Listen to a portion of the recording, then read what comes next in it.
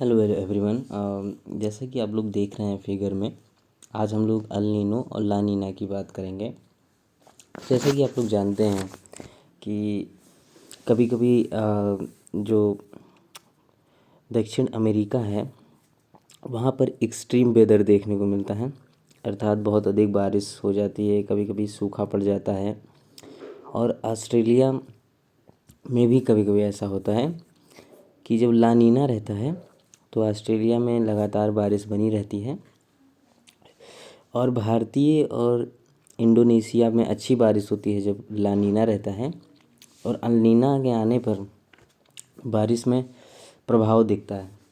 तो सबसे पहले हम ये जानेंगे कि जो ट्रेड विंड्स होती हैं वो विषुवत रेखा पर अंदर की तरफ आती हैं, ठीक है। फिर उसके बाद हम ये जानेंगे कि सबसे पहला बेसिक कैरेक्टर है वो ये है कि हवाएं जो है, या यूँ कहें पवनें जो हैं, हाई प्रेशर से लो प्रेशर की ओर चलती हैं। जैसा कि आप लोग देख रहे हैं कि गर्म धारा अर्थात जो है हॉट जो करंट है वो ऑस्ट्रेलिया में है, और ठंडी धारा या यूँ कहें कि पेरू की धारा वो चिली पे है। अर्थात यहाँ से जो है ये हम देख पा रहे हैं कि WPP अर्थात वेस्टर्न पैसिफिक पोल जो कि ऑस्ट्रेलिया पे है, वहाँ पे गर्म धारा होने के कारण तापमान अधिक होता है। धारा गर्म होती है लेकिन तापमान अधिक रहता है, अतः लो प्रेशर जोन जनरेट होता है। इस वजह से हवाएं जो है ऊपर उठती हैं और ठंडी होती हैं, ठीक है। इस वजह से हवाएं जो हैं ऊपर उठती हैं और ठंडी होती हैं।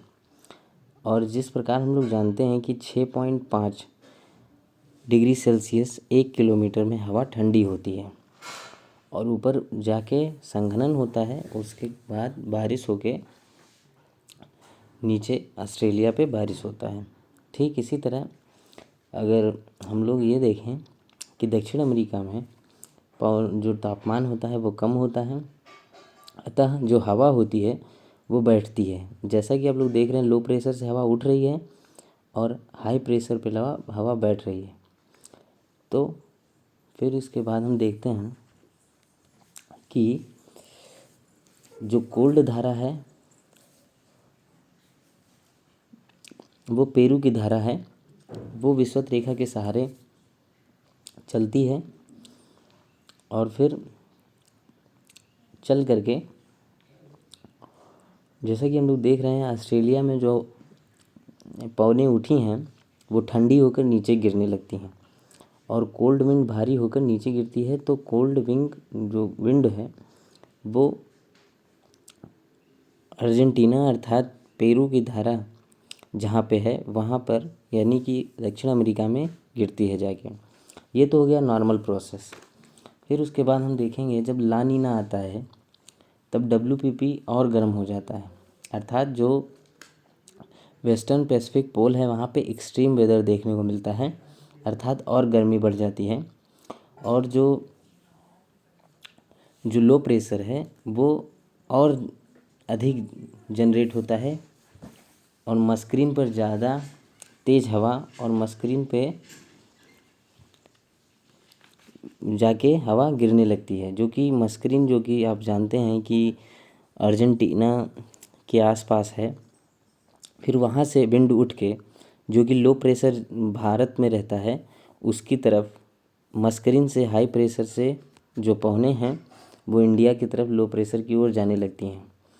फिर जो है इस जो ला नीना होता है उसमें जो ट्रेड विंड होता है और स्ट्रांग हो जाता है, पेरू विंड और स्ट्रांग हो जाता है और मानसून भी बहुत स्ट्रांग रहता है, अर्थात एक्सट्रीम रहता है। अब हम बात करते हैं अल नीनो की। तो अल नीनो में जो है वो ट्रेड विंड बहुत ही कमज़ोर हो जाता है, पेरू धारा कमज़ोर हो जाती है, साथ साथ WPP जो है वो दक्षिण अमेरिका की ओर शिफ्ट हो जाता है, अर्थात लो प्रेशर जो जनरेशन है वो वो जो है दक्षिण अमेरिका के तरफ जनरेट होता है। अतः ये पूरी प्रक्रिया घूम जाती है, जिस वजह से जब अल नीनो होता है उस वर्ष साउथ अमेरिका में सूखा पड़ने के बजाय अत्यधिक बारिश होता है। अल नीनो जो है